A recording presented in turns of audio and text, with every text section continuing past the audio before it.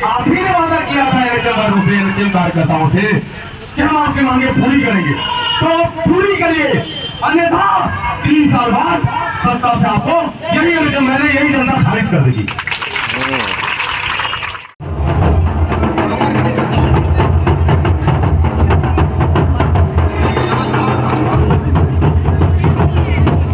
One hour later.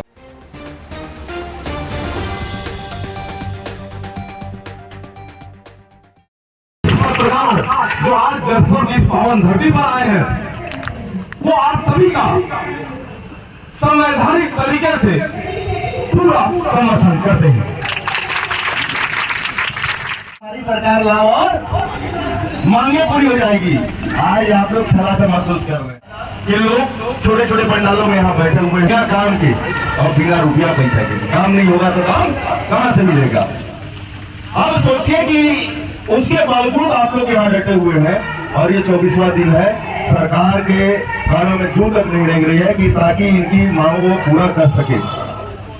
आज हम जो है एकता का प्रतीक लेकर के भाई को बोले कि भाई हम लोग 1 दिवसीय है, अल्पकालीन हमारा जो है विरोध प्रदर्शन रहेगा, बोले कि भाई एक साथ ही हम लोग कर लेते हैं, क्योंकि एक पत्रकार ही है सभी धर्मों का, सभी जातियों का, सभी समुदायों का, सभी वर्गों का और सभी विभागों की मांग जो रहती है वो सीधा सरकार तक पहुंचाने के सेतु का काम करता है। जब वो ही प्रताड़ित रहेगा तो कैसे आप लोगों की मांगे पूरी होगी। बहुत गौर करने वाली बात है कि अगर वही प्रताड़ित होगा तो आपकी मांगे जो सेतु की तरह जो सीधा सरकार तक पहुंचती है वो कैसे होगी। ये तो चैन ब्रेक वाली बात हो गई कि बीच से काट दो ताकि आपकी मांगे जो है सरकार तक पहुंच नहीं पाए। इसलिए हमने आपस में सुलहनामा करके भाई से जो है किया कि हम लोग का मांग जो है लगभग एक ही है। हमने जो है पत्रकारों ने लगभग हर हमेशा जो है आप लोग की मांगों को सरकार तक पहुंचाने का काम किया है। आज वही प्रताड़ित है, वही पत्रकार है, आज एकजुट आप लोग के साथ में आप लोग कदम से कदम मिला करके चलने को तैयार है। आज तक मैंने किसी को एक थप्पड़ नहीं मारा, फिर भी मैं गुंडा पत्रकार हूँ। हैरानी नहीं है, पिछली सरकार में 1 दर्जन अपराध पंजीबद्ध किया गया मेरे ऊपर, और वर्तमान सरकार ने जिला बदल कर दिया 1 साल की। फिर भी डटा हुआ हूं कि आप लोग की मांगे जो है सरकार तक पहुंचा के रहूंगा और हमेशा यही काम करूंगा। अभी कुछ दिन पहले मैंने एक इंटरव्यू दिया था, उसमें पत्रकार साथी मेरा पूछ दिया कि आपको डर नहीं लगता है। मैंने बोला सर कुआंच क्या, क्यों डर लगेगा भाई, चोरी डकैती किए हैं, चोरों को बताया है कि तुम्हारा छवि ऐसा है, वो काम किया है तो डरेंगे किससे। इसलिए हमको अपना आचरण, अपना जो मिजाज है वो एकदम ठंडा रखना है, और सामान्यतः तौर पे जो हमें उपलब्धि मिली है लेवल में लीजिएगा। ठीक। आप लोग जो जन सेवा करते हैं, जन सेवकों की यह स्थिति छत्तीसगढ़ में बता रही है कि आज सुशासन की जगह कुशासन है। निश्चित तौर पर नहीं तो यह स्थिति क्यों पैदा होती। मुख्यमंत्री के गृह जिले में, सबसे बड़ी बात, मुख्यमंत्री के गृह जिले में कुशासन की स्थिति है। आप लोगों के बीच में मैं एक तपस्वी जो शासकीय विभाग में थे, मैं पहले पुलिस विभाग में कार्यरत था। 2010 से 18 तक मैंने पुलिस विभाग की नौकरी किया। 2022 में बस्तर के हमारे आदिवासी भाई बहन जो कि सहायक आरक्षक हुआ करते थे, उनकी तनख्वाह बहुत कम होती थी। उस समय भी एनएचएम का आंदोलन वगैरह होता था, हमने उनको साथ लेके काफी आंदोलन किए थे, और हमारी भीड़ में एनएचएम के लोग भी हुआ करते थे, क्योंकि बस्तर के जो सहायक आरक्षक हैं उनकी बहन, पत्नी, माता, भाई, उन लोग में भी एनएचएम के लोग रहते थे। तो ज्ञापन देने जा रहे थे तो रातों रात मतलब उनको, उनकी महिलाओं और बच्चों को पिटवाया। तो हम सब ने यही सोचा, हमारी संख्या 2700 थी उस समय, तो हम बस्तर वालों की एक खासियत ये क्या है कि वो किसी को भी चाहो तो ला सकते हैं, किसी को भी चाहो तो गिरा सकते हैं, मतलब ये आदिवासी की खासियत रहती है। तो आप लोग तो 16,000 लोग हो, जब 2700 में हम यूपीए सरकार को गिरा के बस्तर के सहायक आरक्षक को बना सकते हैं, तो आप लोग की मांगे तो जायज है। अभी एक पुलिस अधिकारी से बात करना, जो आपका नाम नहीं बताना चाह रहे थे, वो बोलते हैं कि एनएचएम वालों की मांग है एकदम जायज मांग है, जो कोई ऐसा बड़ा चीज नहीं मांग रहे, जो उनका अधिकार है वो मांग रहे हैं। मेरी बड़ी सिस्टर हैदराबाद में थी, वहाँ भी मतलब वो वहाँ नौकरी छोड़ के आए, क्योंकि वहाँ की सरकार ने भी उनको बोला था, NHM में वो भी थी, तो वो बोले कि उनको ऑनरोल करने के लिए कोई भी सरकार, जैसे कि जितेंद्र जायसवाल आदरणीय जितेंद्र जायसवाल भैया ने बोला, कोई भी सरकार उनको कोई मतलब नहीं रहता है, उनको क्या शासकीय भार पर्दा करके ना वो बिल्कुल भी नहीं देना चाहते। इसलिए मेरा ये बोलते हुए अपनी वाणी को खत्म करूंगा, आप लोग सब एकजुट रहिए। जब 2700 लोग मिलके डिस्ट्रिक्ट स्ट्राइक फोर्स का गठन करवा सकते हैं, तो आप लोग तो 16,000 हो, और एक एक परिवार में यदि 4-4 लोग भी हैं तो 1 लाख तो वैसे ही पार हो जाओगे आप लोग। और जहाँ एक बार लहर चलती है तो उसके बाद मांग पूरी होना ही होना है। और ये भारत माता की भारत माता की भारत माता की जनता जिंदाबाद जिंदाबाद जिंदाबाद जनता जिंदाबाद जिंदाबाद जिंदाबाद जनता जिंदाबाद जिंदाबाद जिंदाबाद। हमारी मांगे पूरी करो पूरी करो पूरी करो, हमारी मांगे पूरी करो पूरी करो पूरी करो, हमारी मांगे पूरी करो पूरी करो पूरी करो। भारत माता की भारत माता की बहुत जोश और उत्साह किसके लिए है? आप लोगों के लिए नहीं है। आप लोग जो जनमानस की सेवा करते हैं उनके लिए यह जोश और उत्साह है। आप पब्लिक की सेवा करते हैं, आप मरीजों की सेवा करते हैं।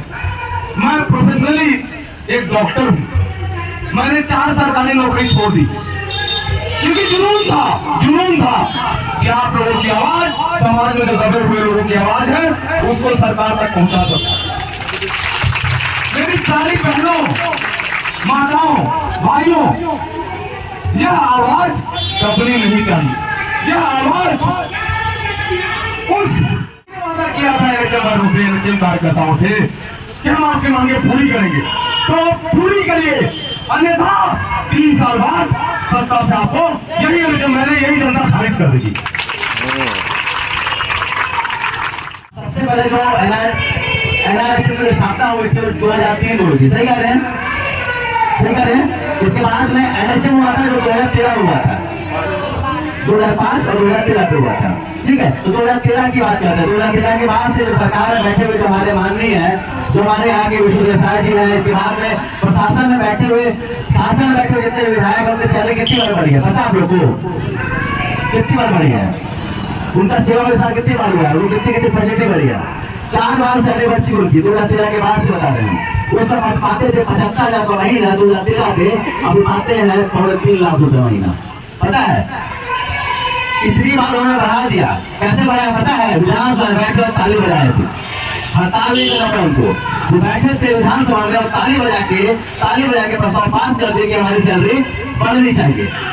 लेकिन समझिए, जब आप लोग आंदोलन करते हैं, उस आंदोलन के बाद में आपकी सैलरी नहीं बढ़ाई जाती है, क्या किया जाता है? कार्रवाई की जाती है। आपके जो अधिकारी हैं, जो आपके जो नेतृत्व करता है, उन पर कार्रवाई करते हुए लोगों को बर्खास्त कर जाता है। इसके बाद आपको सार्वजनिक बदल जाए, क्या वो सही है?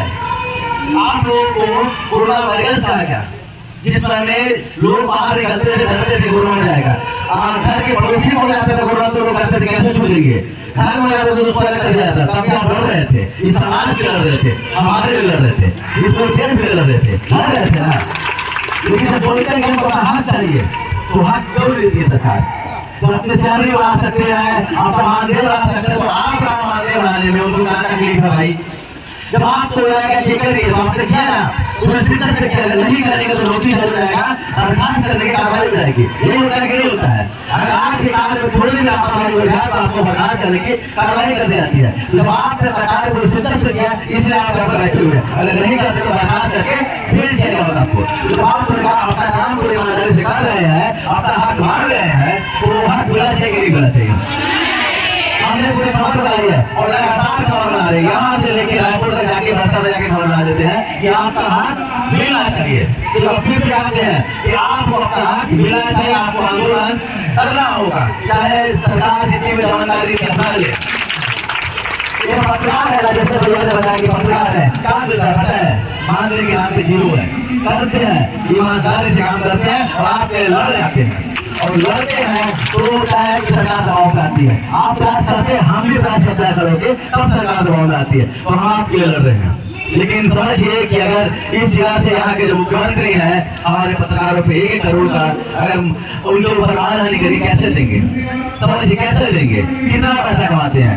बड़े मुश्किल से चंदा से आए यहाँ पर, चंदा कर करके आते हैं और आपके हक के आते हैं और जहाँ बुलाते हैं आप आते कि नहीं आते हैं? मेरे ख्याल से किसी पत्रकार ने आपने पैसा नहीं मांगा होगा कि आपको आंदोलन को कॉल करके पैसा चाहिए, कोई भी नहीं बोलता है। आते हैं, दौड़ के आते हैं, जहाँ लगता है कि गलत हो रहा है आ जाते हैं, चाहे बात आपकी हो, चाहे शिक्षा कर्मियों की हो, चाहे कोई भी कर्मचारी जिनके साथ अन्याय होता है, हम आते हैं और सरकार की आंख से आंख करके सवाल करते हैं आखिर ऐसा गलत क्यों कर रहे हैं।